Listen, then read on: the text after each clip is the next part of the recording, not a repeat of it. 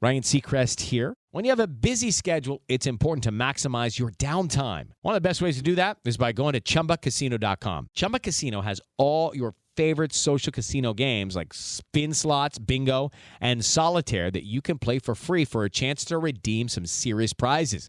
So hop on to ChumbaCasino.com now and live the Chumba life. Sponsored by Chumba Casino. No purchase necessary. VGW Group. Void where prohibited by law. 21 plus. Terms and conditions apply. Good day and welcome to Predators Proclivity. I'm your host, Preston Proctor. Wow, screwed that up. Predators Proclivity, where we look at data from the season for the NHL Nashville Predators and make comments upon it. So this is the road trip preview show, and I have to apologize. I'm going to be out of town Tuesday, and so I needed to record this ahead of time, and I am actually doing this on Friday morning, and so there's been a lot of trades coming in, and San Jose has been involved in a lot of them, and San Jose is our first opponent on this road trip, so nothing I'm going to say is going to be right, probably. And the Kings have not been involved in any trades. Anaheim has. Anaheim will be our second opponent. The Kings have not yet been part of a trade. I guess I'm not entirely surprised about that. I'm trying to think back. Not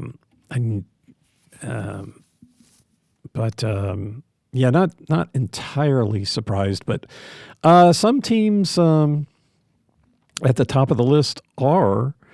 Vegas has been part of trades. Edmonton's been part of a couple of trades. Edmonton was part of a big trade. Vegas has been in a trade with the Rangers. Just looking through, Winnipeg has been involved in a trade with Florida. I think they traded goaltenders or something like that. The Capitals have not been part of a trade. Carolina has not. The Devils have. Florida has been part of a couple of trades. Florida and San Jose seem to be in the same wavelength. Florida had the trade with Winnipeg, 2 trades with San Jose, and a trade with Chicago.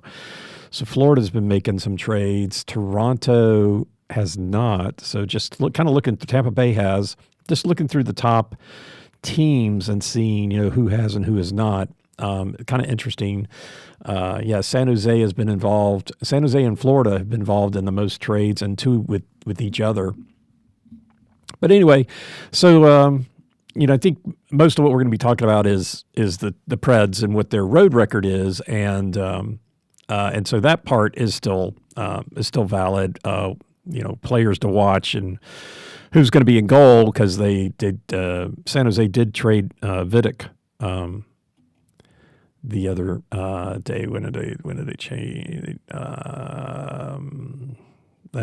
Forget when.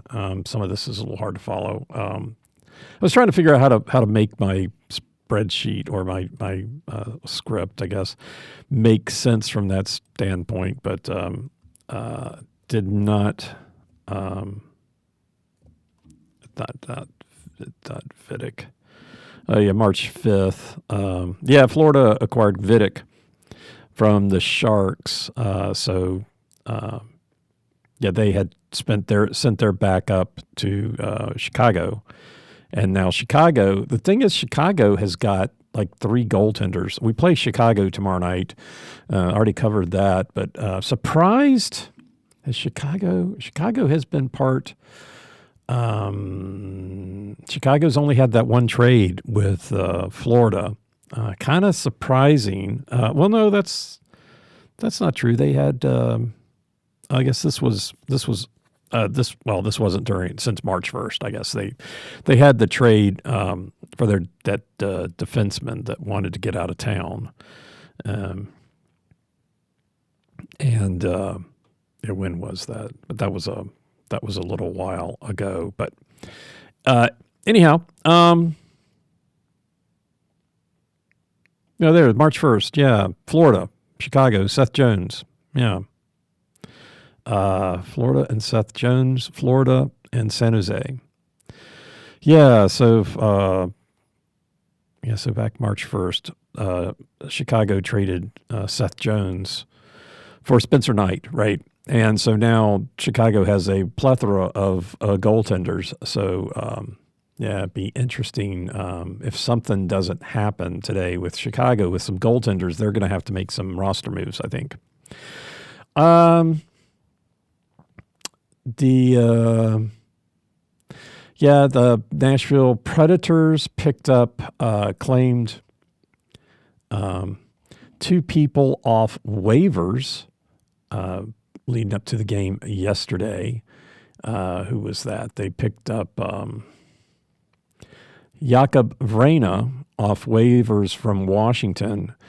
He's an unrestricted free agent at the end of this year, so that gets added into our list. And then defenseman Jordan Osterley from Boston, off waivers from Boston. He's an unrestricted free agent next year, so we don't have to worry about him. But yeah, Jakub Vrana, his salary $775. He's an unrestricted free agent at the end of the year, left wing. So that is the transaction watch. I did go and I looked up because we did get a couple of draft picks, 2026 draft picks.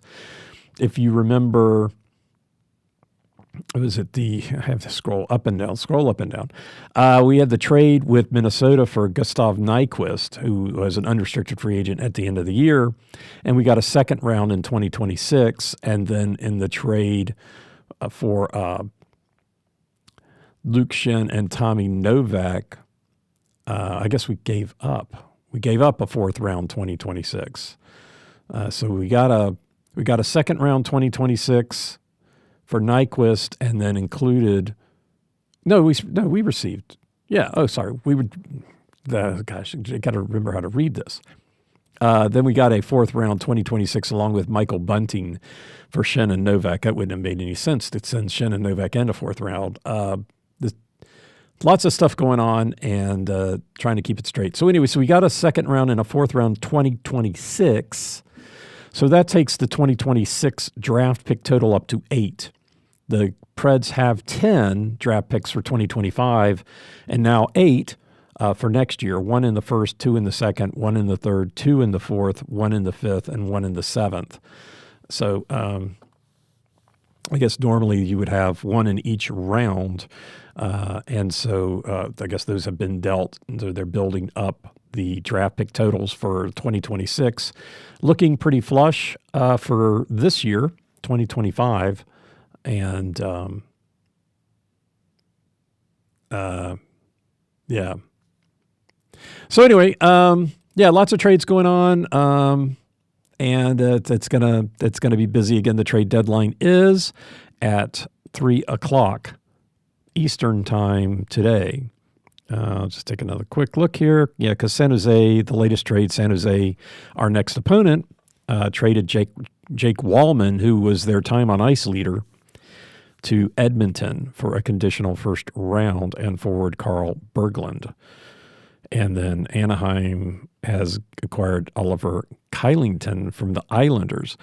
Interesting in that particular trade because the last trade yesterday was the Islanders got defenseman Oliver Kylington as part of a trade from Colorado, and then today traded him to the Ducks. So kind of funny that way. A lot of times the teams don't like to trade to their rivals. And so they find a way to go through an intermediary. So anyway, kind of funny. That's what's going on. Kind of interesting watching all this stuff going on. So anyway, the transaction watch, the free agent watch, is added Jakub Vrana to the list, and defenseman Andres Englund was playing last night, so it looks like he's going to stick with the main group. Kiefer Bellows was sent back down to the AHL. Mark Del Gaizo was brought up. Jake Livingston was sit down. And I'm not sure what they're going to do with Grigory Denisenko yet, but he's the new person in all of that mix. So the Preds have 5 players who are going to be unrestricted free agents at the end of the year. Most of them are on entry-level contracts, $775. And the one that's not, it's $1 million for Andreas England pickup from LA. And then unrestricted free agent group 6 is 3, Mark Del Gaizo, Jake Livingstone, and Grigory Denisenko. A couple of restricted free agents, Evangelista and Pavel. And then Pavel is on a entry-level contract, and then also Frasca, Mutter, Prokop, Krona, and Ylonen. They picked up Ylonen, I think that was from Vegas. But all of those, I think, are playing in the AHL except for Evangelista. So that's and I suppose we can stop with the free agent watch after the trade deadline. But anyway, that's your postseason update. Just looking through. Ryan Seacrest here. When you have a busy schedule, it's important to maximize your downtime. One of the best ways to do that is by going to ChumbaCasino.com. Chumba Casino has all your favorite social casino games like spin slots, bingo, and solitaire that you can play for free for a chance to redeem some serious prizes. So hop on to ChumbaCasino.com now and live the Chumba life. Sponsored by Chumba Casino. No purchase necessary. VGW Group. Void where prohibited by law. 21 plus. Terms and conditions apply. Yeah, San Jose traded away Nico Sturm. Anaheim traded away Brian Dumoulin to the Devils. Winnipeg and Florida swapped backup goaltenders. And anybody else? The Rangers have been involved in a number of trades, and that's really they've been involved with 3 trades: Colorado, Vancouver, and Vegas. And then they were making trades earlier in the season. They've got a real personnel issue they're trying to work through. But we're not. This is not Ranger talk, but just trying to look at the teams that are still in the playoff hunt and what they're doing. It's kind of interesting to see how that is playing out. Florida with their goaltenders really is kind of interesting. How that's been shifting around too. So anyhow, that's the trades. So the Nashville Predators. The Nashville Predators are going on a road trip of the Pacific Division. They will be playing the last place San Jose Sharks after playing the next to last place Seattle Kraken last night. Then right above Seattle is Anaheim. So we play San Jose and then Anaheim, 2 of the 3 teams in the bottom of the Pacific Division. I guess technically, yeah, interesting because we played the Kraken last night in Nashville, who's the second worst record in the Pacific. We play Chicago, worst record in the Central. Then we play San Jose, worst record in the Pacific, and then Anaheim, the third worst in the Pacific. And then, the Preds are the second worst team in the Pacific. And then we go play the Kings. And we have to play the Kings in a back-to-back situation after playing Anaheim. So that's fun. All of these games should be really unpredictable because of the number of players that have been moving. The Sharks have moved a number of players. The Preds have moved a number of players too. Anaheim hasn't moved that much, and it doesn't look like the Kings are going to be doing anything. But anyway, so let's start with San Jose. It will be the last game of 3 versus San Jose this year, the second that we're playing in San Jose. Nashville has won both 7-5 in Nashville and 6-5 in San Jose. The games, if you remember, were back-to-back. They were consecutive. We played here in Nashville and then flew out to San Jose and played them again. Last year, Nashville was 3-0 against San Jose. They played 2 in Nashville. All of the 2 in Nashville, 5-1, 8-2, and then the middle game, 4-2 in San Jose. San Jose is 1738-9 in the Pacific. They actually haven't they won a couple here? Well, no, they lost to Colorado. But they did win a couple. They had a back-to-back, Toronto Buffalo, and won them both. And Georgiev was in goal for both of those. Well, Vanasek has gotten traded, so I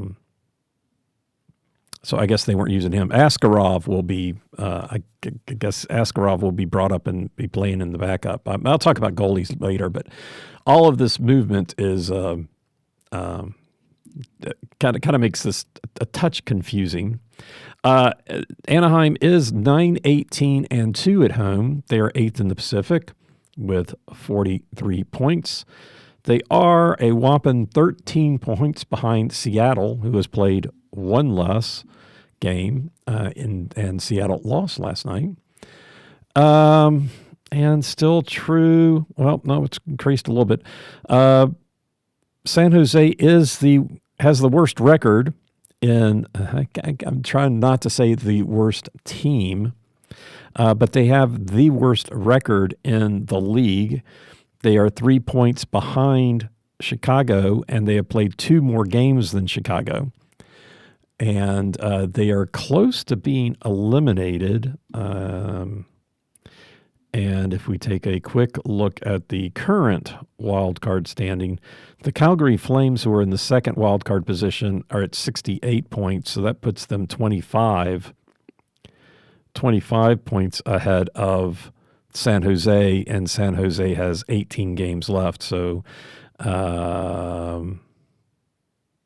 it's not, I mean, it's extremely hard for them to make the playoffs, but not technically eliminated. And they have 9 overtime losses, which ties them. I'm looking around way too much here. 9 overtime losses ties them for third most in the league. Calgary has they're tied with Calgary and Utah. Vancouver has 11 and Pittsburgh has 10. So that's a lot of overtime losses. And I'm sorry, I'm a little disjoint today. I guess Calgary has 10 now. Calgary and Pittsburgh have 10. Vancouver has 11. LA has 9. Utah has 9. San Jose has 9. So third most, 9 overtime losses, joining good company with the Kings and Calgary being in the playoffs. So, again, none of these things, in Vancouver, right. No, Vancouver's not in the playoffs. So, none of these particular characteristics are disqualifiers. I keep looking at things that the Preds are doing or the Preds aren't doing, and it can make a difference or it cannot make a difference. So anyway, so they've got a lot of overtime losses, and for them, this is the second game of an 8-game homestand, which is a lot of games at home. They are not playing any back-to-backs on this. I didn't look to see how many back-to-backs they've had, but the Preds feel like the Preds are in a lot of back-to-backs, and they're going to back-to-back on this trip, and then they have 2 more in the games remaining. They'll have 2 more back-to-backs, and so they'll have a total of 14. Which is not the most in the league, but it's a lot. I remember back when we were playing, I think it was Winnipeg, and Winnipeg doesn't play that many back-to-backs. They are the top team in the league, so you'd like to think, oh, well, maybe that's meaningful, and then you look to see, and it's not. Again, another one of those things. They did just finish a road trip. They're 2-5, a 7-game road trip. So they had a 7-game road trip and then an 8-game homestand. So that's the games at home, I guess maybe you get tired of being at home, but 7 games on the road, kind of get tired being on the road. And I guess a shout out to Mark-Edward Vlasic, setting the blocked shot record against Buffalo the other night in a 6-2 win. His cousin is on. His cousin on. Anyway, his cousin plays too. I am really sorry. Let's stick to. I'm doing too much improv here. Okay. Well, anyway, so that's San Jose. San Jose has won a couple of games in a row. They lost last night, but they're still a team that can win against, some surprising opponents, which is what we see. So the Preds can't take anything for granted here, and definitely need to focus. And that's what San Jose is trying to do too, given the number of players that they've lost. Ryan Seacrest here. When you have a busy schedule, it's important to maximize your downtime. One of the best ways to do that is by going to ChumbaCasino.com. Chumba Casino has all your favorite social casino games like spin slots, bingo, and solitaire that you can play for free for a chance to redeem some serious prizes. So hop on to ChumbaCasino.com now and live the Chumba life. Sponsored by Chumba Casino. No purchase necessary. VGW Group. Void where prohibited by law. 21 plus. Terms and conditions apply. For Anaheim, this is the second game of 3 versus Anaheim, the second in Anaheim. Nashville is 0-1. Nashville lost 2-5 in Anaheim in the other game. The only game in Nashville and the last game of the series will be 6 days later on March 20th. So play play Anaheim twice in a short span of period. Last year, the visiting team did win all of them. So Nashville was 1-2.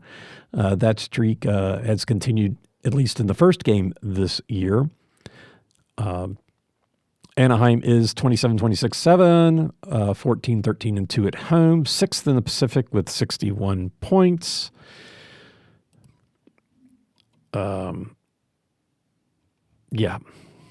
Sorry, went back to looking at something else, and I really, really ought to focus on this. But yeah, 61 points. They're 27-20. I knew I was going to get that wrong. 27-27-7. 7-7-7, 27-7-7, 14-13-2 at home. So at least they have a winning record at home. They're 6th in the Pacific with 61 points. And they are 6 points behind Vancouver, even on number of games played. And then, so they are 5 points ahead of Seattle, who has played 2 more. As far as the last playoff spot, that does put them 7 points behind Calgary, who has played 1 more. Though it's not, and there's 3 teams between them. So it's not impossible for Anaheim to make it. But they've got 21 games left. So we're starting to get down to it, get down on it. And for them, this is a 1-game homestand, and then they go for 1 on the road, and then against Utah. All right, and then the last game of this road trip will be against Los Angeles. It is the last game of 3 versus the Kings. Nashville is 1-1, losing 0-3 in Nashville, and then winning 3-2 in overtime in Nashville. Last year, the visiting team did win all. Nashville went 2-1 against the Kings last year. That hopefully that will continue for this last game. But it's not held serve so far because the Preds have won one of them in Nashville this year. Los Angeles is 31-20-9. They are 19-3-4 at home. They are third in the Pacific with 71 points. They are 5 points behind Edmonton, who has played 2 more games, and 3 points ahead of Calgary. So that becomes interesting because Colorado, who's in the first wild card spot, they're tied now. But Colorado is in the first wild card spot. They're actually tied with the Wild. They're tied with the Wild, but Colorado's played one more game. So from a percentage standpoint of wins versus game played, Minnesota breaks that tie. But either way, 76 points right now is the first wild card spot, and the Kings have 71 points. The Oilers have 76 in second spot. So if Calgary comes up and overtakes the Kings, they don't go into the first wild card spot. They would drop into the second wild card spot. So that's why that gets to be a little bit interesting, just because of the way that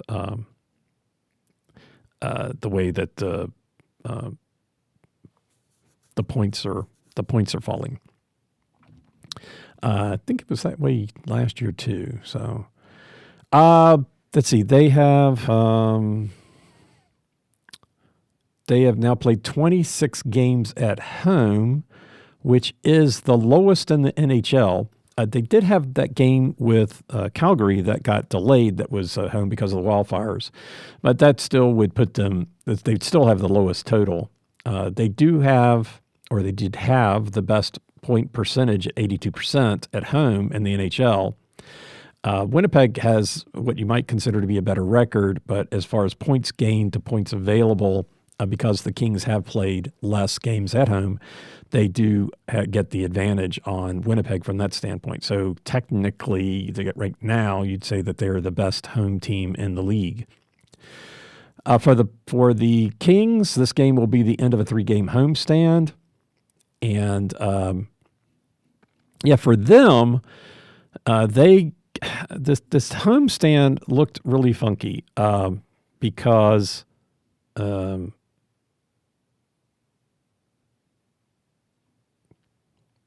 this is this week. Yeah, so the Kings lost in a shootout Wednesday night, 3-2 to St. Louis. Now, St. Louis will now play Anaheim tonight and then go back to LA tomorrow. Though it's kind of interesting from the Kings' standpoint, they're playing St. Louis consecutive games, but between those games, St. Louis has to play another game, which just seems weird. I mean, I guess it's a schedule, so no sense complaining about the schedule, but anyway, so yeah, that's just kind of really strange scheduling for one team to play the same team in a row, and then the other team have to go play somebody else in between. Hello, it is Ryan, and I was on a flight the other day playing one of my favorite social spin slot games on ChumbaCasino.com. I looked over at the person sitting next to me, and you know what they were doing? They were also playing Chumba Casino. Coincidence? I think not. Everybody's loving having fun with it. Chumba Casino is home to hundreds of casino-style games that you can play for free anytime, anywhere, even at 30,000 feet. So sign up now at ChumbaCasino.com to claim your free welcome bonus. That's ChumbaCasino.com and live the Chumba life. No purchase necessary. VGW Group. Void where prohibited by law. See terms and conditions. 18+. I had one of my comments, personnel changes. Trading still hasn't stopped. The San Jose's had a number of trades. They traded their goaltender to Florida, so they're going to need to recall Askarov. I didn't see that had happened yet, but don't always see that. Anyway, so they had a few players who were on injured reserve as day-to-day. Looked like they were coming back on like the the 7th or 8th. And so I just had my suspicions that those people were on being held back for potential trades as opposed to actually being injured. So, yeah. And then because of things could happen between now and then, I'm not going to really cover the injuries for these teams. And there's just going to skip past all of that. And we'll go and now jump into the Nashville Predators. So the Nashville Predators are 23, 32, and 7. On the road, not so good, 7, 20, and 4. The Preds are 7th in the division, in the Central Division, with 53 points. They are 7 points ahead of Chicago and 12 points behind Utah. They played the same number of games as Utah and the same number as Chicago. So 7 points ahead of Chicago, 12 points behind Utah. As I've said frequently, they are just sitting there, going down the highway with nobody around them. Even looking, well, overall with that win, they're now 1 point behind Buffalo. Buffalo has played one less game and 3 points behind Seattle. So they kind of caught Seattle. Seattle has played one more game. So it's potential that the Predators could climb out of the third worst record in the league. Pittsburgh is also sitting there at 58 points. So Anaheim is at 61, next up at 61. So I would like to see them play better. There's no doubt about that. But climbing all over these other teams, I don't know. These 3 games are the whole road trip. After that, they come home for 3. Instead of 7 and 8, they're playing 3 at a time. So they'll come home, and then that following week they'll play St. Louis on Tuesday. Thursday they play Anaheim again, and then Saturday Toronto comes to town. So that's what is in their future. All right, so the Preds roads. Let's get to some numbers. Let's stop with this team stuff and get to something that I can actually make sense out of. All right, so the Preds are 7, 20, and 4 on the road. Now, you know, the thing of it is, the Preds have not done well overall when the other team has gotten the first goal. However, the last 2 games have both been wins, and the other team has not gotten the first goal. But the last 4 games, well, they haven't been getting the first goal a lot lately. So the last 4 games, they have not gotten the first goal, and they're 2-2. And then before that, the next 4 games, they're also 2-2, and they got the first goal in one of those. And then the next one was a win. They got the first goal and lost. So I don't know. I'm not a big believer in the importance of the first goal, which, as I think I mentioned last year, the announcers were making a big deal out of it. So one of the reasons why I do this podcast is, one of the reasons why I accumulated the data. Do the podcast because I accumulated all this data and did all this analysis, and then I wanted to do something with it so that it hadn't just been a big waste of my time. And so I started doing this podcast.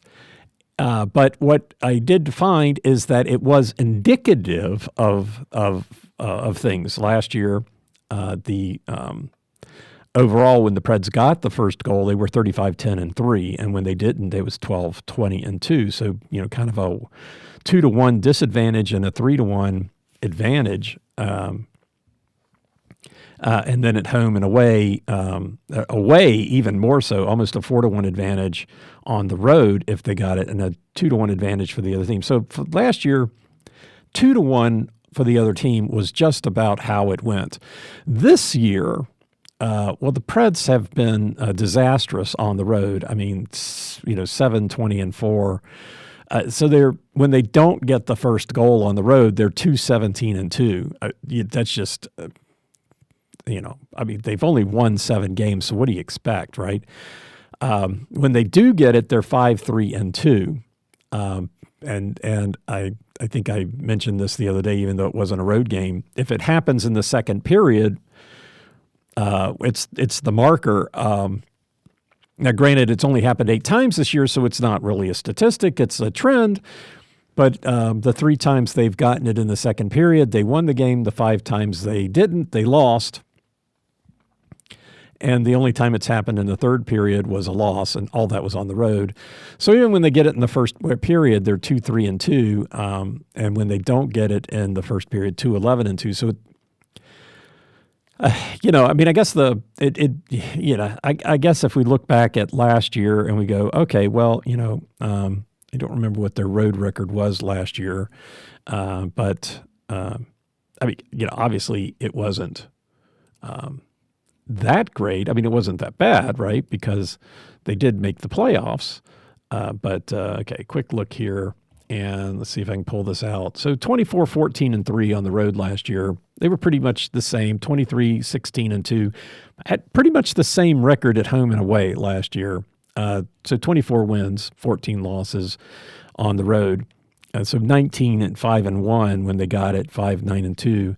So they won 24 games, and they got the first goal 25 times, and 14-6 did not get it 16 times. I think the number of times they got it is actually the remarkable thing, it had a pretty good record from that standpoint. But this year, I'm sorry, this year the road record is just so bad that that's what it is. Okay, but anyway, so things that don't. Let's go looking at some things that are that don't matter with regards to whether the Preds win or not. Then step into the world of power, loyalty, and luck. I'm gonna make him an offer he can't refuse. With family, cannolis, and spins mean everything. Now you wanna get mixed up in the family business? Introducing The Godfather at ChumbaCasino.com. Test your luck in the shadowy world of The Godfather slot. Someday, I will call upon you to do a service for me. Play The Godfather, now at ChumbaCasino.com. Welcome to the family. No purchase necessary. VGW Group. Void where prohibited by law. 21 plus. Terms and conditions apply. Oh, no, wait a minute. This is winning by period, not winning goal. Oh, shoot. Well, we're going to stick with the winning by period. And so the Preds have a not surprising bad record in every period. Taking a look at win, lose, and tie each period. And, interestingly enough, they have 7 wins, and the most they've won any period is 7. But that's not the first period. It's the second and third period. So they're 6-11-14 in the first, 7-15-9 in the second, 7-14-10 in the third. I've got the stats for when they win, but 7 wins, it's kind of hard to make that make sense. I mean, they're 5-0-2 in the third period when they win. So, they're not losing the third period. None of these other statistics really look all that terribly interesting, I'm sorry to say. Let's see. That's goals, difference in goal scoring. I'm forgetting to report that. But how does this winning the period translate on the road? The 6 times that they've won the first period, they're 2-4. So that's not a very good indicator.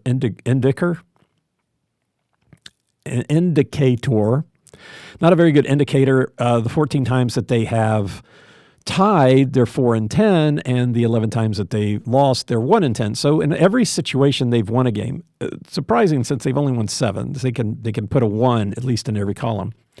The place that it does look good, and for those of you Again, one of the reasons why I do this podcast, I collected this data, was because I thought that the Preds were terrible in the second period, and especially at home, and that was true. And here, when they are good in the second period, the 7 times that they have won the second period on the road, they're 5-2. So they have 7 victories, and out of those 7, 5 times they won the second period. They also 5 times won the third period. So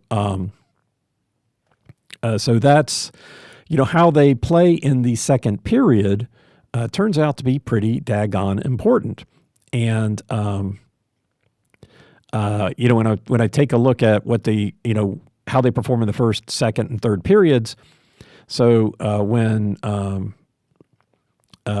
I guess this is just a comparison of the first and second. So if they win the first and win the second on the road, that has never happened. And 4 times they have won the first and lost the second, and twice they've won the first and tied the second. If they lose the first and win the second, that's happened 3 times. They're 1-1-1. So the victories that they have gotten by winning the second, the second period, interestingly enough, come from tying the first. It's because they haven't won the first and won the second, but they have won the second, and and so 4 times they tied the first, won the second, and every time they've tied the first, won the second, they've won the game. So that's 4-0-0 right there. Tie the first, lose the second. They haven't won any of those games. Lose the first, lose the second, and as I've said, if you lose 2 periods most of the time, 90%, 98% of the time, you're going to lose the game. And when they lose the first and tie the second, they have not come back to win in the third period. So that's winning the first and tying the second's only happened twice, so that's 1-1. So it's not.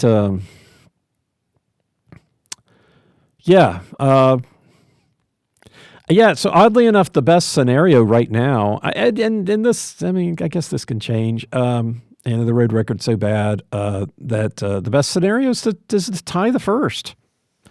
Go for that tie in the first period, because that's when good things happen on the road. I hate to say it, but that's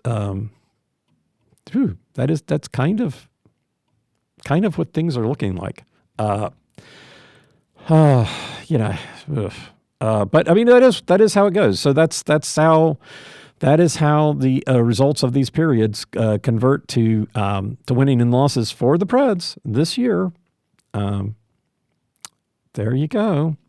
Winning goal. Let's take a look at the winning goals. When is that happening? For the Preds this year, it's in the second period. Overall, it's the second period. On the road, it's definitely the second period. 15 times the winning goal has been scored in the second period. Next best is 8 in the third. So, almost half the games on the road are being settled, the winning goals being scored in the second period. For the Preds, 57% of the time that they get the winning goal, it's in the second period. Well, they've only got 7. So the other 3 were third period. And then when they lose, the opponents are also scoring 46% in the second period. So 11. Almost half. So on the road, it really looks like the winning goal is going to be scored in the second period. And so looking at home wins versus road wins, and for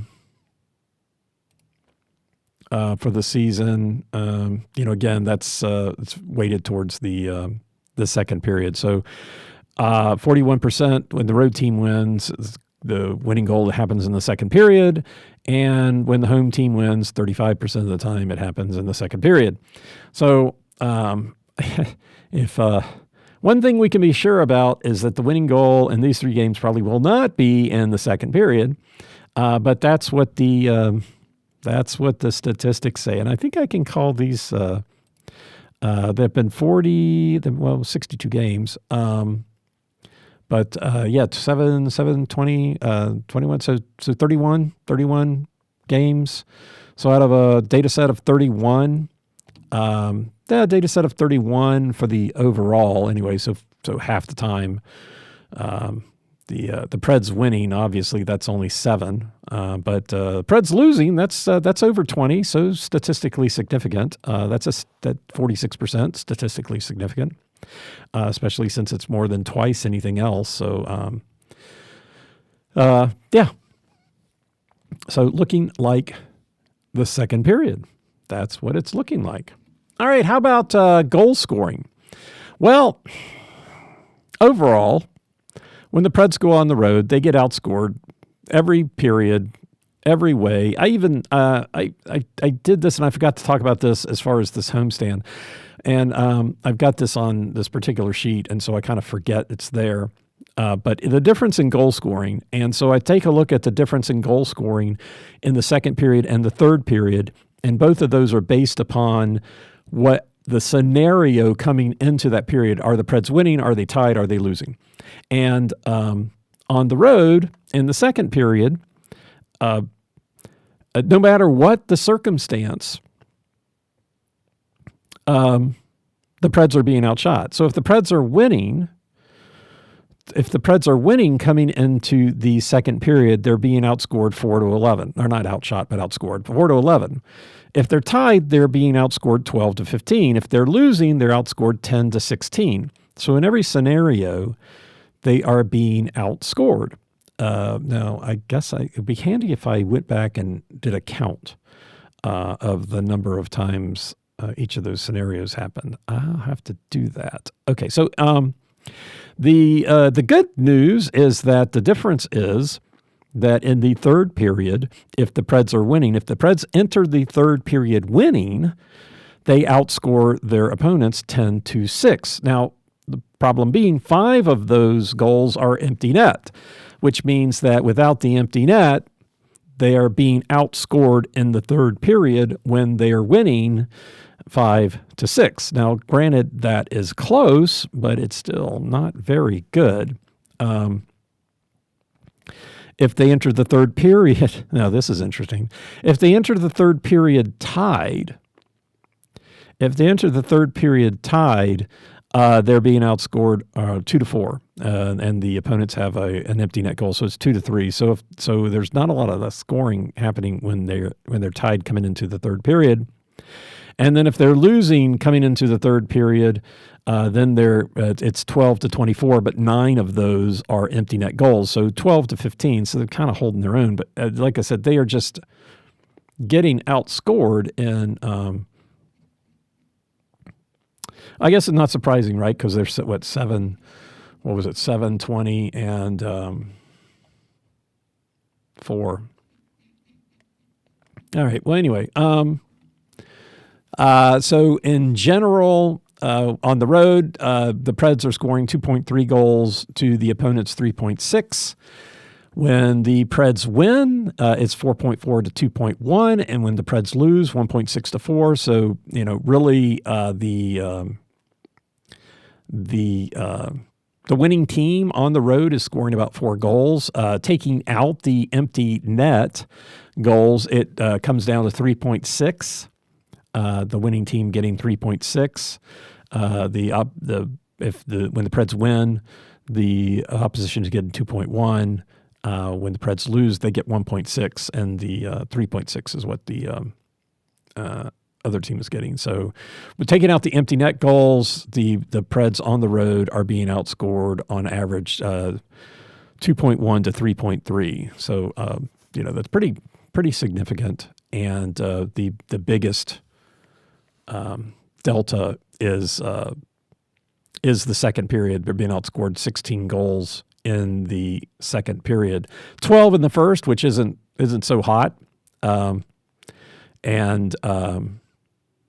But yeah, in the second period, when they lose the game, they're being outscored almost 3-1. They've gotten 12 goals to the opponent's 35. They outscore 2-1, 14-7 when they win. And interesting, when the Preds win, the scoring in the third period, it's 11-3. But again, you take out the six empty net goals, becomes 5-3, right? I mean, they're still outscoring them, right? They're winning. They win the game. They're still outscoring. The biggest, you can't even take empty net goals out in the second period, so they're being outscored 12-35 on the road. But that's the numbers. That's the numbers, and that's how it all happens. Special teams is one of the bright spots for the Preds still. And until recently, they hadn't given up a power play goal in the first period at all. And then recently I started mentioning that, and so now they have given up one at home and one on the road. But as far as the road goes, that's still one power play goal in 37 opportunities for the opponents. Contrast that with the third period, where the opponents have scored 7 power play goals in 28. So 9 less opportunities and 6 more. So in the first period, the Preds really seem to have their act together. And they also, this was at home. At home, it was 29% of the time they would score. 29% of the power play opportunities resulted in a goal, but that got lowered last night because they didn't score the power play opportunity that they had. So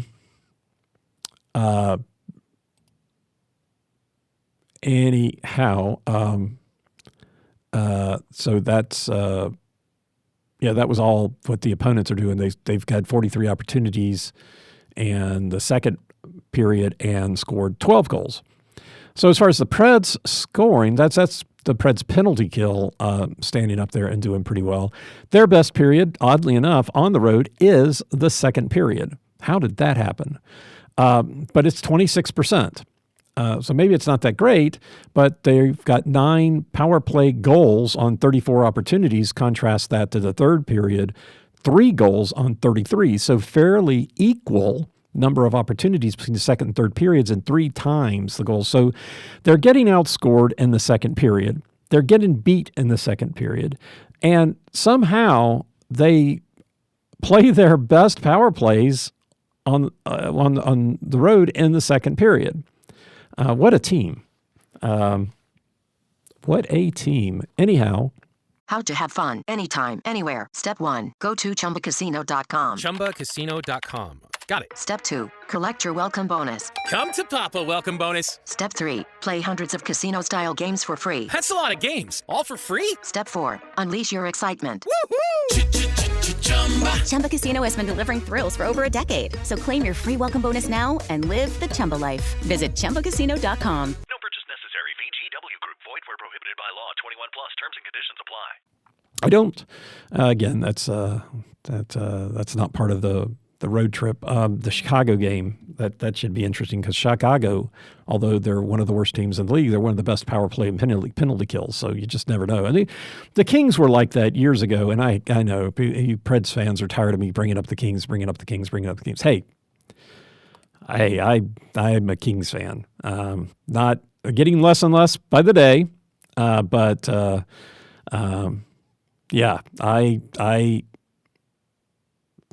I get excited about the Kings. There was one year, Dave Tippmann. Dave Tippmann was their special teams coach for a while. He's gone off and he coached at Dallas and he's been other places. And I tell you what, when he was the special teams coach for the Kings, they were unbelievable. They had an unbelievable special teams, penalty kill, power play. The team was not doing very well overall. So it's kind of like this. And look, I mean, the Kings were like that, and a couple of years later, they went and they won a couple Stanley Cups. So that was prior to the Stanley Cup era. Two. Boy, what a difference. Every other year, it was like Chicago won the Stanley Cup, then the Kings won it, then Chicago won it, and the Kings won it. I mean, the Western Conference winning the Stanley Cup like several years in a row, and where's Chicago now? But yeah, so the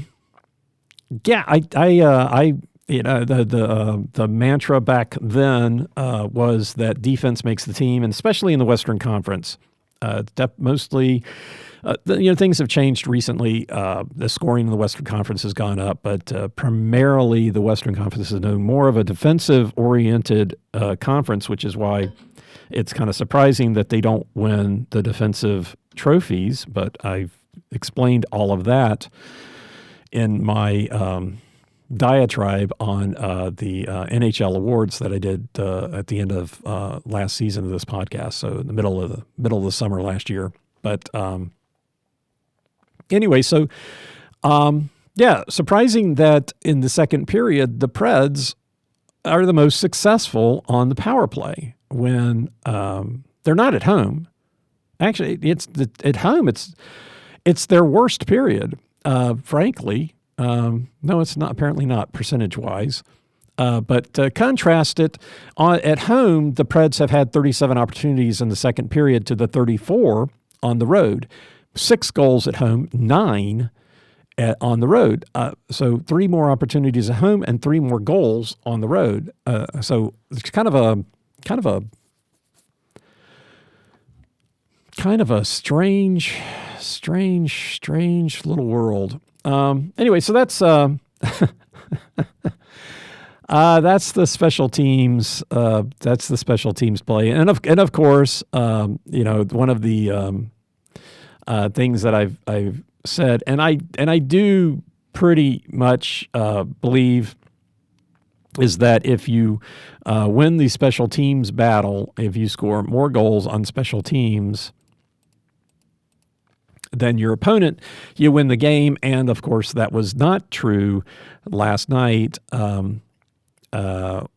because it was Seattle got the power play goal and the Preds got the empty net. So, but I like to take the empty nets out of that. So actually, the Preds were -1 in special teams last night and won the game. They also won against Boston, but that was basically 0. It was evened out, so it was a tie.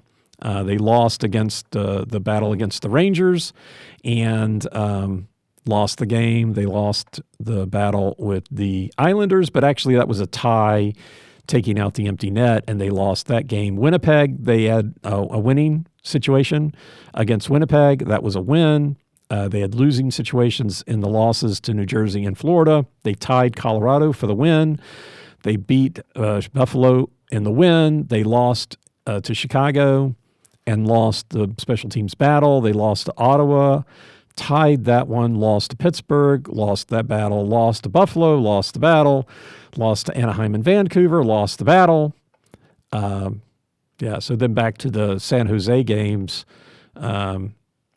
who's coming up, and the Preds won the battle against the special teams battle against San Jose back then, 2-1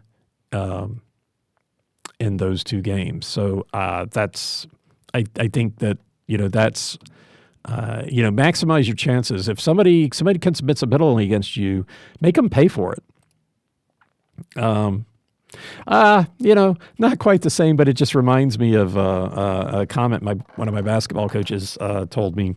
And those of you that might be new to the podcast, I'll make basketball references all the time. I did not play professional basketball, but I played organized basketball for a long time. In a lot of different scenarios and a lot of different places, and anyway,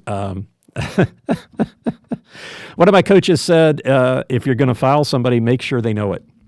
And so And so I'm always a little ticked with myself if I'm playing basketball and I get called for a foul and I feel like it was a ticky-tack foul. Anyway, as for the last team I played with, I like to say I was the enforcer. And there's things you could do. I mean, they say basketball is not a contact sport, and in general it's not. But, there are things that you can do to influence your opponent.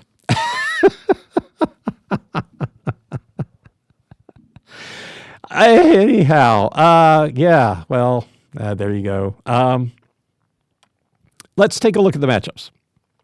Okay, so just looking at I know this is a lot because we've got 3 teams and trying to cram it all into one.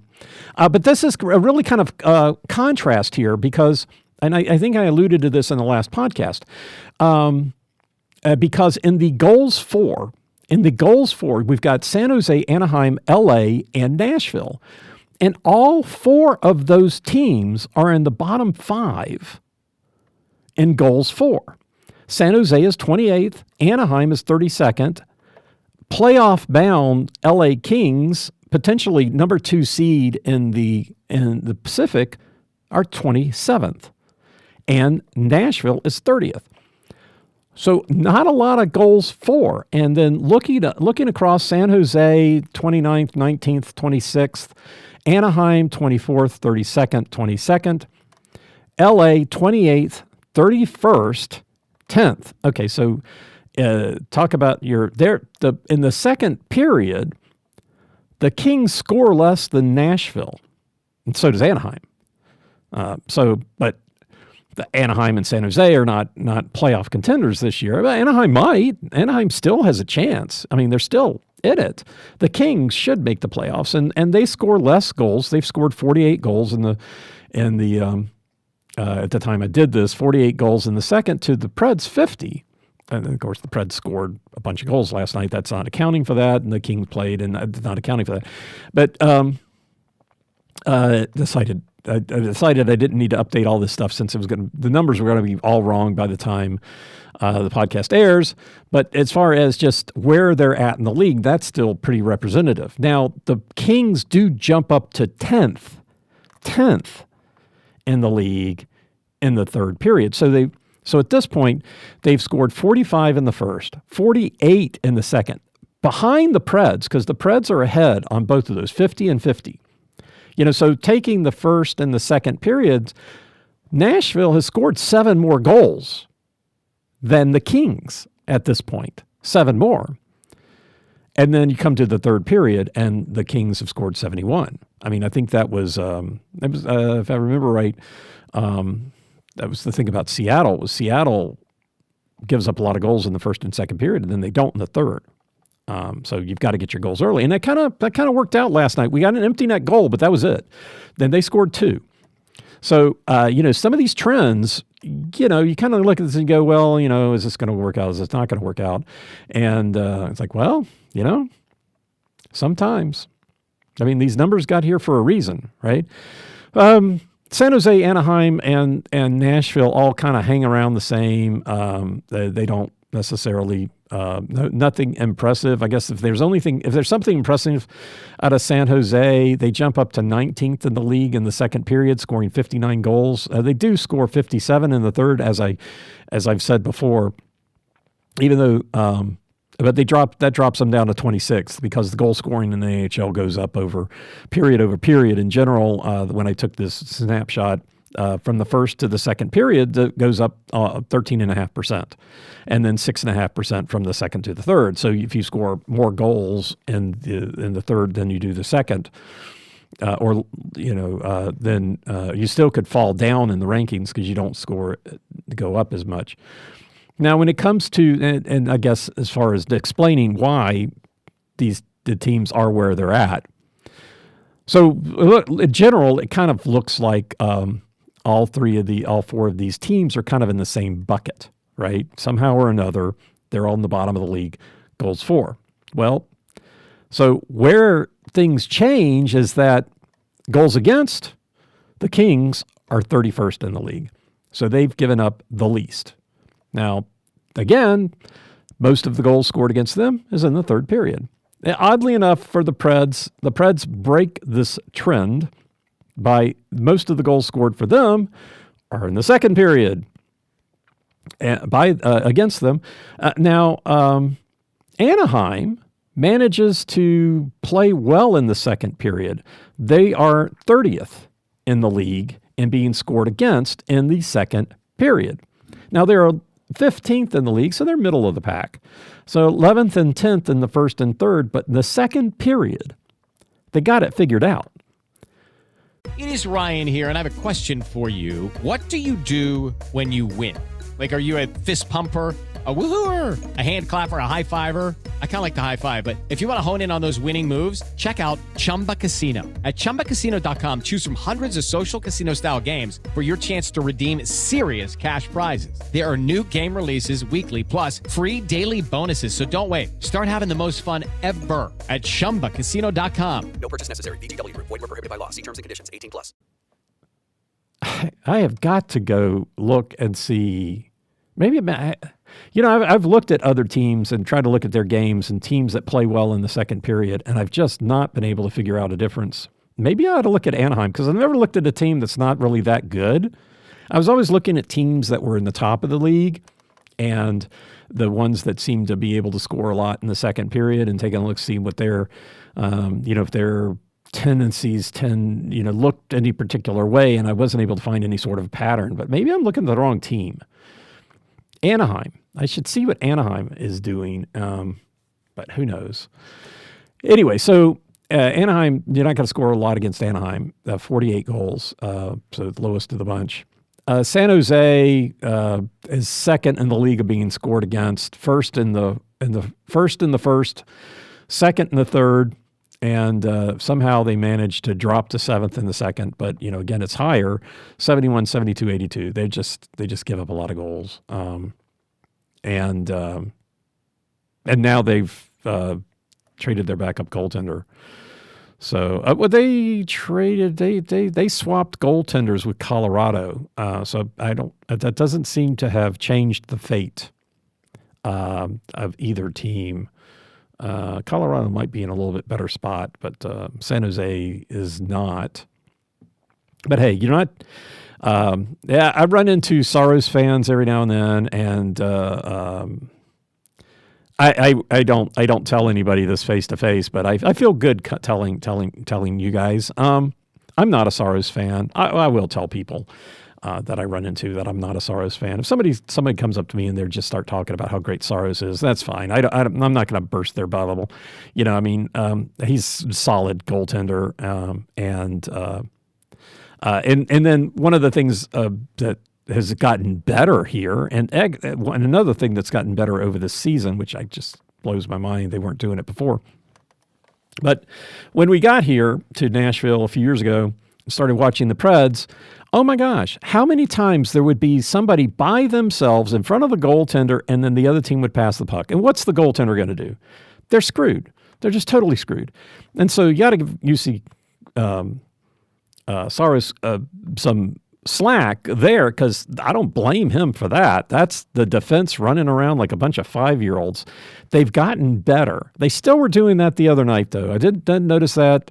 I forget which game it was, but there they are, chasing the puck, and somebody's by themselves in front of the goaltender, and nobody's looking at them. And the mantra in what was that guy? Daryl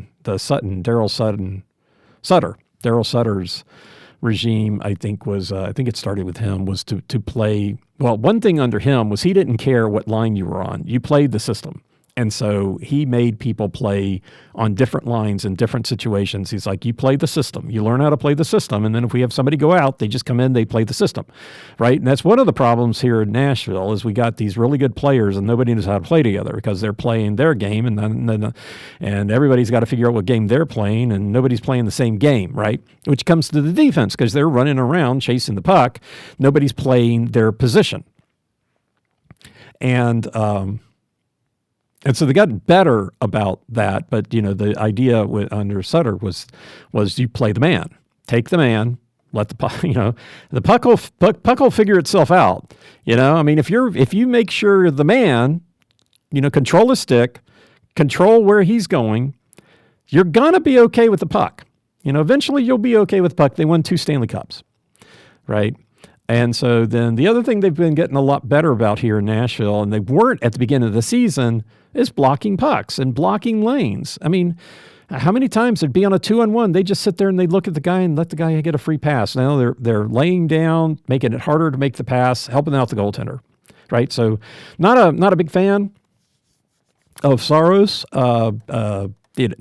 Listen to my podcast for half a minute. Jonathan Quick's my guy, man. I just love watching him play. And then, when I'll even turn on the Rangers games if I think he's in goal. He was in goal against the Preds the other night, and it kind of breaks my heart because I really wanted the Preds to win, but I didn't. I hate it when Jonathan Quick gets scored on. Just such a. And he's still fun to watch. Oh my gosh, spinning around with he blocked one of the Preds shots. He was out of the crease, spun around to his right, threw his stick down on the ice, and knocked the puck away. Just beautiful. Just. Oh my God. That's the Jonathan Quick play that won 2 Stanley Cups. He just stood on his head because the Kings did not score a lot. Won a lot of 1-0, 2-1 games because Jonathan Quick just stoned the opponents. Just so much fun to watch. He's still, he older, probably doesn't have it as much, but can still pull it out every now and then. And then he's just so feisty. He'll start pushing people around. Surprising he hasn't been in more fights. He's gotten a couple, but. Anyway, so that's near and dear to my heart. I always had a lot of respect for Pekka Rinne. I thought he was a great goaltender. But obviously, I gave my goaltender heart away and haven't gotten it back. So it's hard to say. San Jose giving up a lot of goals.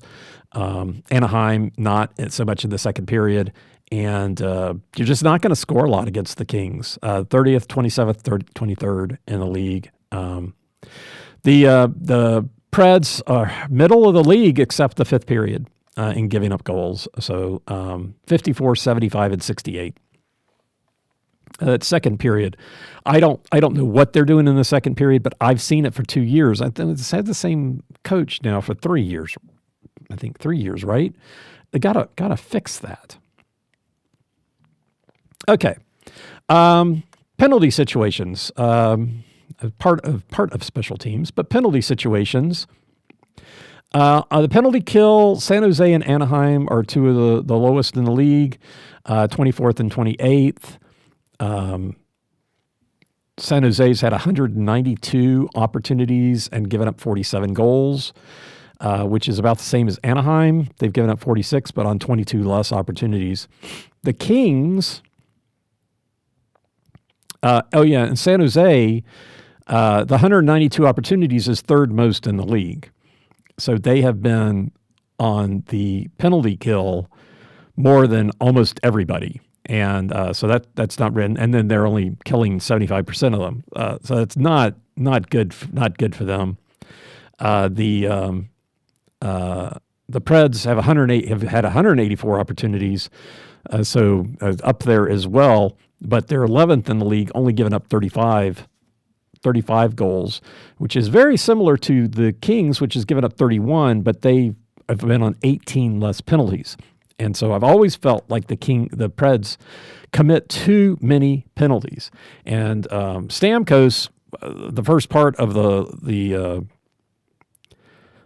first part of the season was part of the problem. He was going into the penalty box way too many times. I get that he's in another system. I get that he might be playing because he had him play in center. I think they still might be having him play center, and he's not used to that. And that's one thing, but man, too many penalties. You go back and you look at how many penalties he committed in previous seasons, and he was almost, 10 he was over half, and this was like a third of the way into the season. He'd already had over half the penalty minutes that he normally would have in a regular year. And of course, he had to go into the box again the other night. But I think he's gotten better at that. I haven't looked at his numbers in a while, but the Preds just take too many penalties. And they got a good penalty kill, but that's great. Have a good penalty kill, but don't test it so much. And then so the Kings are 8th in the league on the penalty kill. So the Preds used to be, and the difference there is 0.3%. LA Kings are at 81.3% and Nashville 81%. But yeah, the Preds have had 18 more opportunities and given up 4 goals in those 18 opportunities. So those two teams are still really good on the penalty kill. None of these 4 teams, again, are that great on the power play. Oddly enough, the Preds are the best of the 4 at 21st in the league. Anaheim is 31st in the league. But, we played the Islanders the other day, who were the worst team in the league with a percentage I didn't know you could have and be a professional hockey team, and we gave up a power play goal to them. So, there's numbers and then there's playing the game. Yeah. So anyway, so the Preds have the best power play of these 4, 170 opportunities. The Kings are 29th in the league on the power play, 138 opportunities, which is last in the league. Last in the league on getting penalties. So they're 106. They've had 166 penalties called against them to 138 for them, which is I think the biggest imbalance in on this graph here. So it was 16. What is that? 28. 28. That's pretty significant. But yeah, so 138 opportunities. Haven't had that many opportunities. Scored 21 goals. Anaheim has scored 20 on 23 more opportunities. But yeah, none of these teams really scream at you really good power play. How to have fun anytime, anywhere. Step 1. Go to ChumbaCasino.com. ChumbaCasino.com. Got it. Step 2. Collect your welcome bonus. Come to Papa welcome bonus. Step 3. Play hundreds of casino-style games for free. That's a lot of games. All for free? Step 4. Unleash your excitement. Chumba Casino has been delivering thrills for over a decade. So claim your free welcome bonus now and live the Chumba life. Visit ChumbaCasino.com. No purchase necessary. VGW Group. Void where prohibited by law. 21 plus. Terms and conditions apply. Okay, so let's talk about the goalies. Oh, it's getting long. All right. San Jose, yeah. Alexander Georgiev, 4-12-1. It was with Colorado to start the season. And then Vitek Vanecek was backing him up. They were splitting the duties. However, Vanecek has been traded to Florida. Askarov, 4-6-2. Filled in recently when Vanecek was quote-unquote injured. Now he's been traded to Florida after not being injured anymore. And, so Askarov is going to be the backup.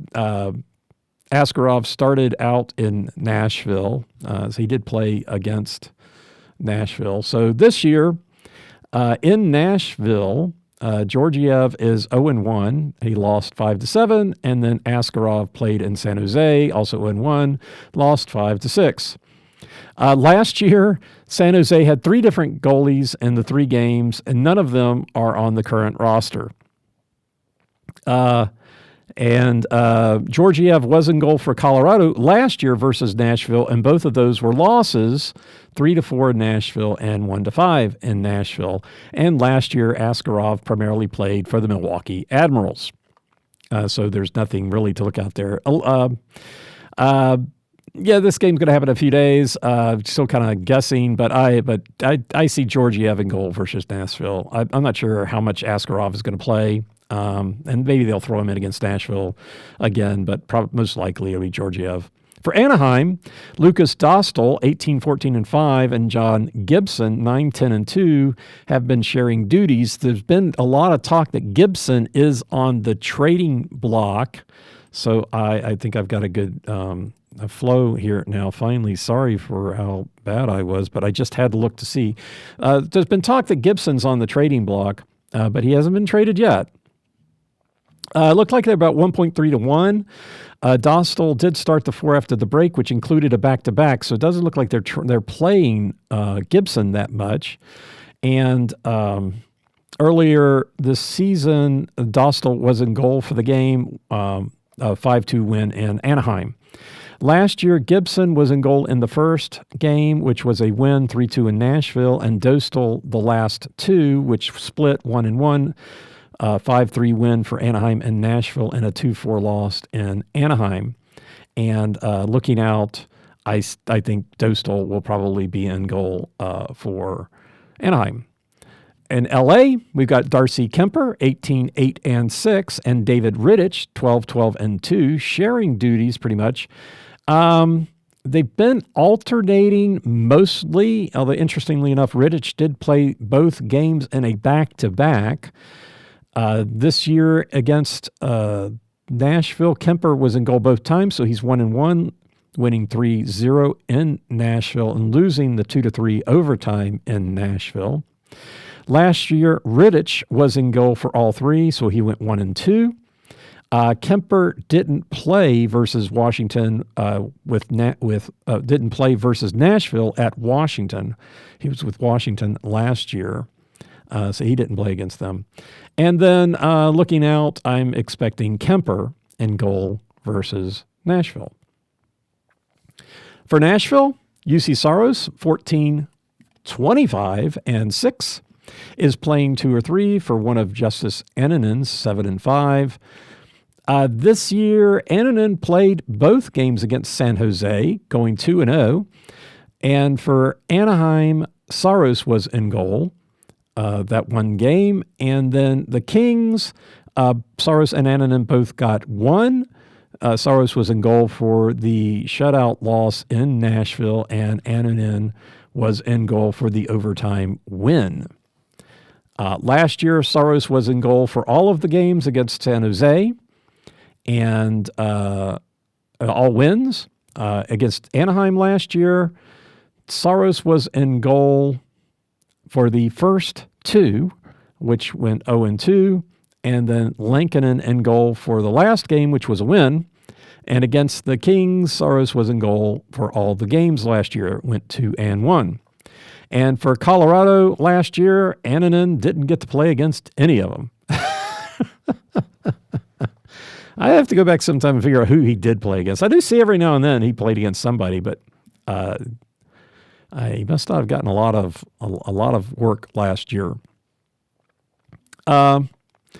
Anaheim and the Kings are a back-to-back situation.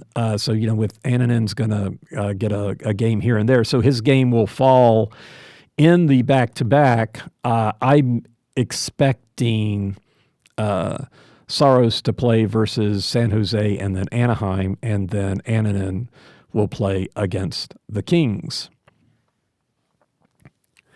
Talking about momentum, it's hard to say with all this trades going on.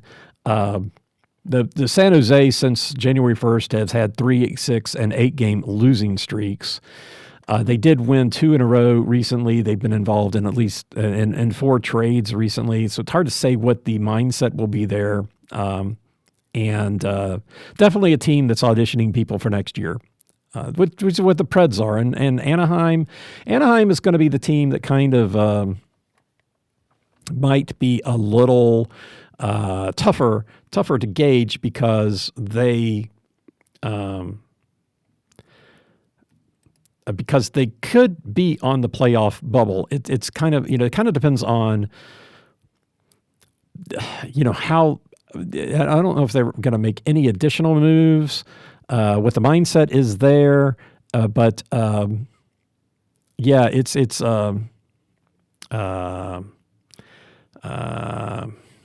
they've had a couple of streaks of wins. They had a 3-game winning streak with a loss and then followed it up with 4 games.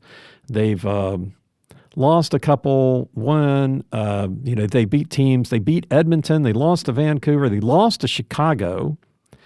Interesting, Chicago beat both Anaheim and LA recently.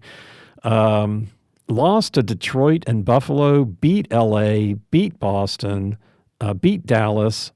So, they're kind of a tough team to figure out.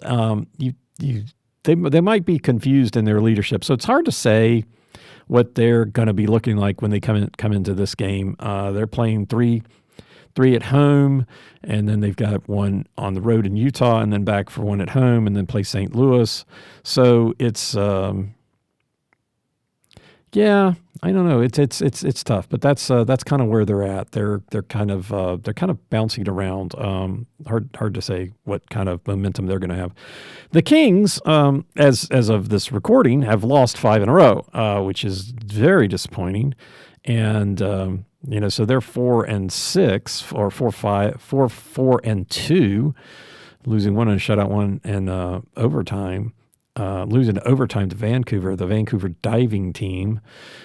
Losing to Chicago, as I said, to Spencer Knight, the goaltender from Florida, and goal for Chicago in that 5-1 win for Chicago against LA. And then the Kings have lost 2. How many times are they playing St. Louis recently? They're playing 3. They play St. Louis 3 times in 4 games. Well, this is just silly. Saturday, March 1st, 4-1 loss to St. Louis. March 5th, shootout loss to St. Louis, and then play on the 8th. That's a schedule. It's a schedule. So the Kings are kind of headed in the wrong direction right now.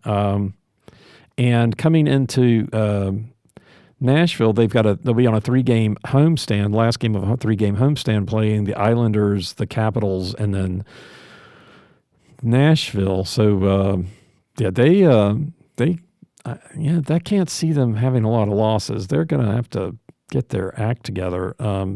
So they're probably going to be in a snit. Nashville. We seem to get a couple of wins and a couple of losses, and it's kind of, I don't know. It's another team that has a lot of flux going along, and the current situation with losing Luke Schenn, defenseman Luke Schenn, in a trade, and Yossi being on injured reserve. That's 2 of 6. It doesn't. It puts that's 33% of your defensive your solid defensive core is out. It really puts a challenge on the rest of the team. But we'll see how they respond. They do have to play a back-to-back. They're 6-16 in these back-to-backs. 4 of the wins were both games of a back-to-back. The other 2 were actually consecutive games, but in different back-to-backs, which is kind of interesting. The Colorado win at the end of the break, and then whoever they beat right before that. Overall, they're 3-14 on the road in these back-to-back situations. 2-7 in the front half, 1-7 in the back. So none of that. Looking for excitement? Chumba Casino is here. Play anytime, play anywhere. Play on the train, play at the store, play at home, play when you're bored. Play today for your chance to win and get daily bonuses when you log in. So what are you waiting for? Don't delay. Chumba Casino is free to play. Experience social gameplay like never before. Go to Chumba Casino right now to play hundreds of games, including online slots, bingo, Slingo, and more. Live the Chumba life at ChumbaCasino.com. No purchase necessary. VGW Group. Void where prohibited by law. 21 plus. Terms and conditions apply. None of that sounds any good. Players to watch for San Jose: Tyler Toffoli, ex-King, number 73. And number 71, Macklin Celebrini. Remember when we played him before? A lot of talk about Celebrini, young player, very exciting player. And he proved it in the games against us.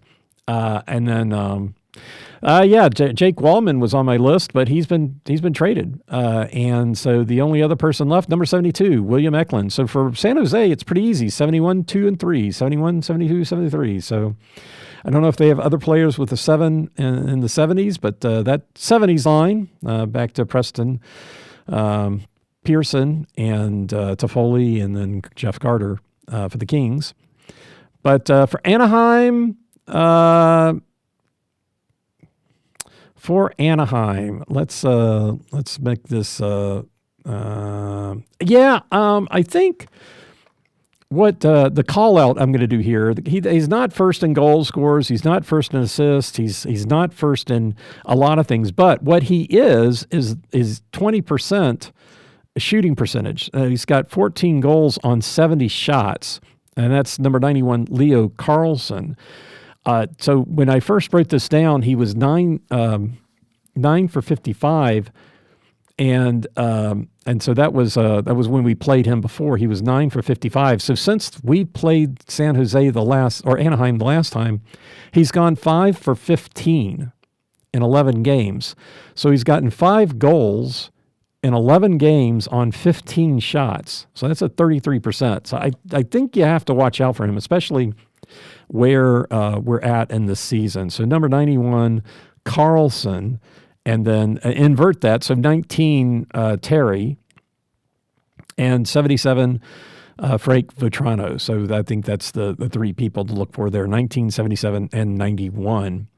For LA, it's the usual suspects. Mr. Drew Doughty, defenseman, number 8, is back. He returned from his long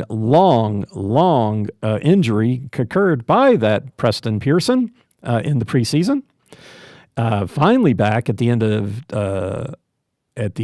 January, and somebody to watch out for. Doesn't have a lot of stats. Is first in time on ice, but he's hasn't been playing all season, so he should have a lot of energy. The guy runs the power play, at least used to, and takes most of the shots on the power play. And he's a very dangerous player, but he doesn't have the stats because he hasn't been playing. So that's number 8. ESPN lists him as 89, which was his number in the Four Nations, but that is not his number. He is not number 89 for the Kings. He is number 8, Drew Doughty. Could tell you a bunch of stories about him. We used to live in Manhattan Beach, which is where a lot of the Kings play, where the Kings live, and we knew where a bunch of them lived. And Doughty lived down in Hermosa when he was a bachelor, and so we didn't walk by his place too much. But where I remember where Kopitar lives, and then Justin Williams lived, and a bunch of the players live in Manhattan Beach, and so it was a lot of fun walking around and get all the stories, and it was just fun. Just a great place to live. If it weren't part of California, it'd be great. It's a great place to visit. Lived there for 5 years, and a lot of things to love about it. But couldn't move back to California. I just couldn't. Not with the current tax situation and everything there. It's just awful. Anyway,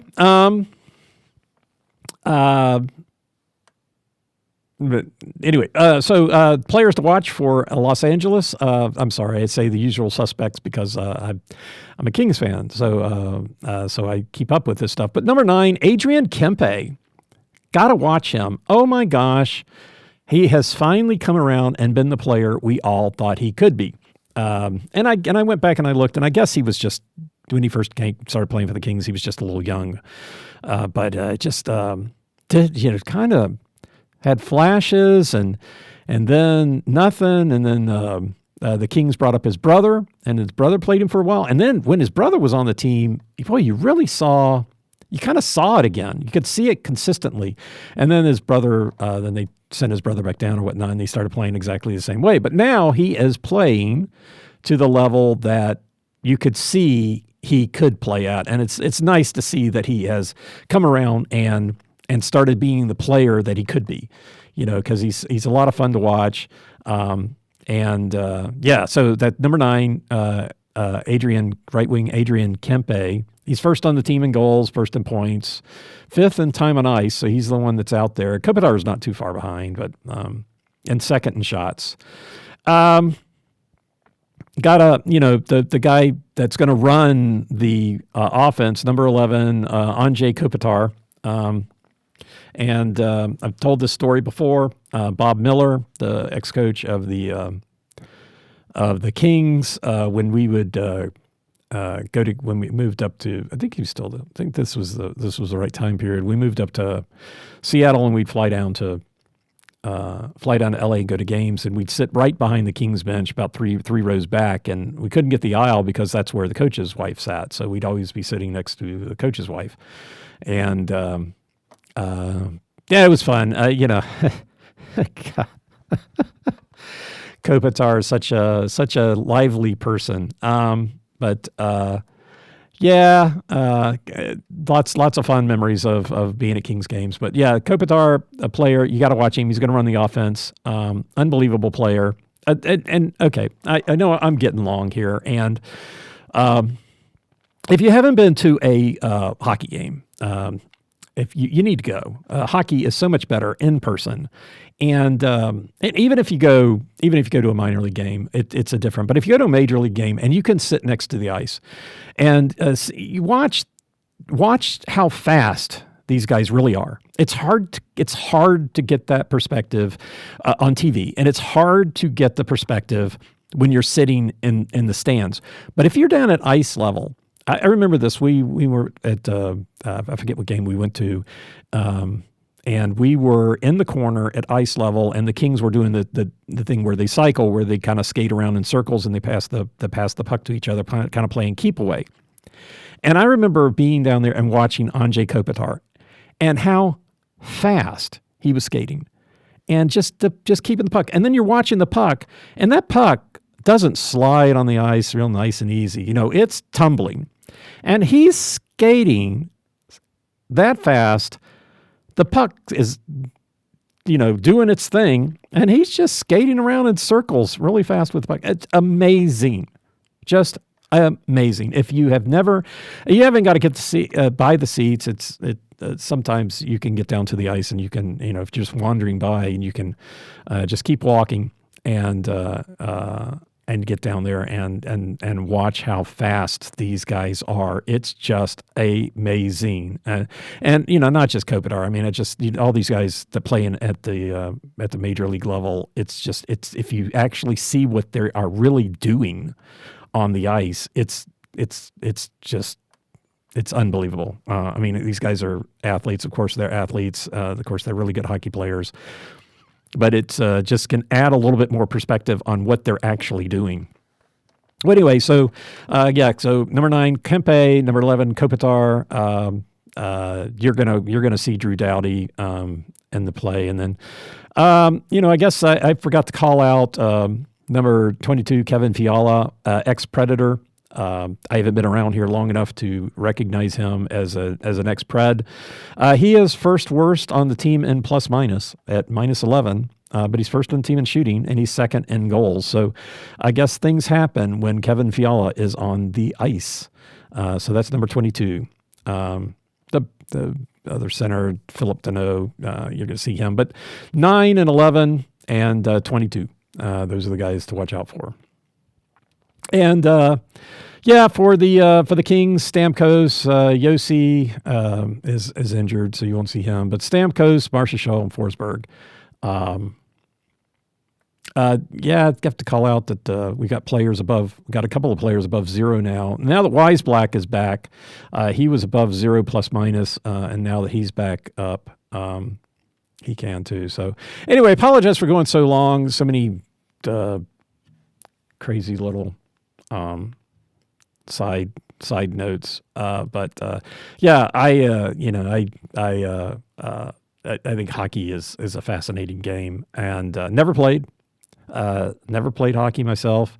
I did. I mentioned when we lived in Manhattan Beach, I did work over at became the Toyota Center for a little while as a second job doing scorekeeping for the amateur games, and so which was so much fun because that's how I learned a lot about the signals from the refs, because I had to note all the penalties, and I had to make the announcements and run the box and play the music and keep the scoreboard going. So you did everything but call the game. which was busy, which is great because I like to be busy, and was a lot of fun. And so it was just just a lot of fun. I had a lot of fun out in LA, and really it's where, watching the Kings and being involved and actually having a favorite team really kind of solidified how much I really enjoy the sport of hockey. I can skate. I can't turn. I can skate fast, but I can't turn or stop.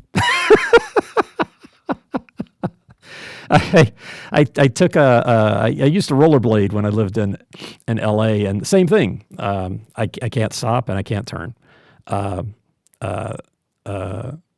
So at least in hockey, you've got the boards to run into. So you skate along, you skate fast, and then hit the boards, and then use that to turn around and go the other way. Anyway, thanks for listening. Thanks for listening, guys. The Preds are going to be heading out west, playing the Pacific Division. Got San Jose, Anaheim, and the Kings. Hopefully we can come out of that with at least 2 wins. I think I feel pretty good about that. We'll keep figuring this season out, and this is kind of the prelude for next season. See how things go. So have a great day. Have a great week. Go Preds. Thanks for listening. I am Preston Proctor, and you've been listening to Predators Proclivity. Hello, it is Ryan, and we could all use an extra bright spot in our day, couldn't we? Just to make up for things like sitting in traffic, doing the dishes, counting your steps, all the mundane stuff. That is why I'm such a big fan of Chumba Casino. Chumba Casino has all your favorite social casino-style games that you can play for free anytime, anywhere with daily bonuses. That should brighten your day a little. Actually, a lot. So sign up now at ChumbaCasino.com. That's ChumbaCasino.com. No purchase necessary. VGW Group. Void where prohibited by law. See terms and conditions. 18+.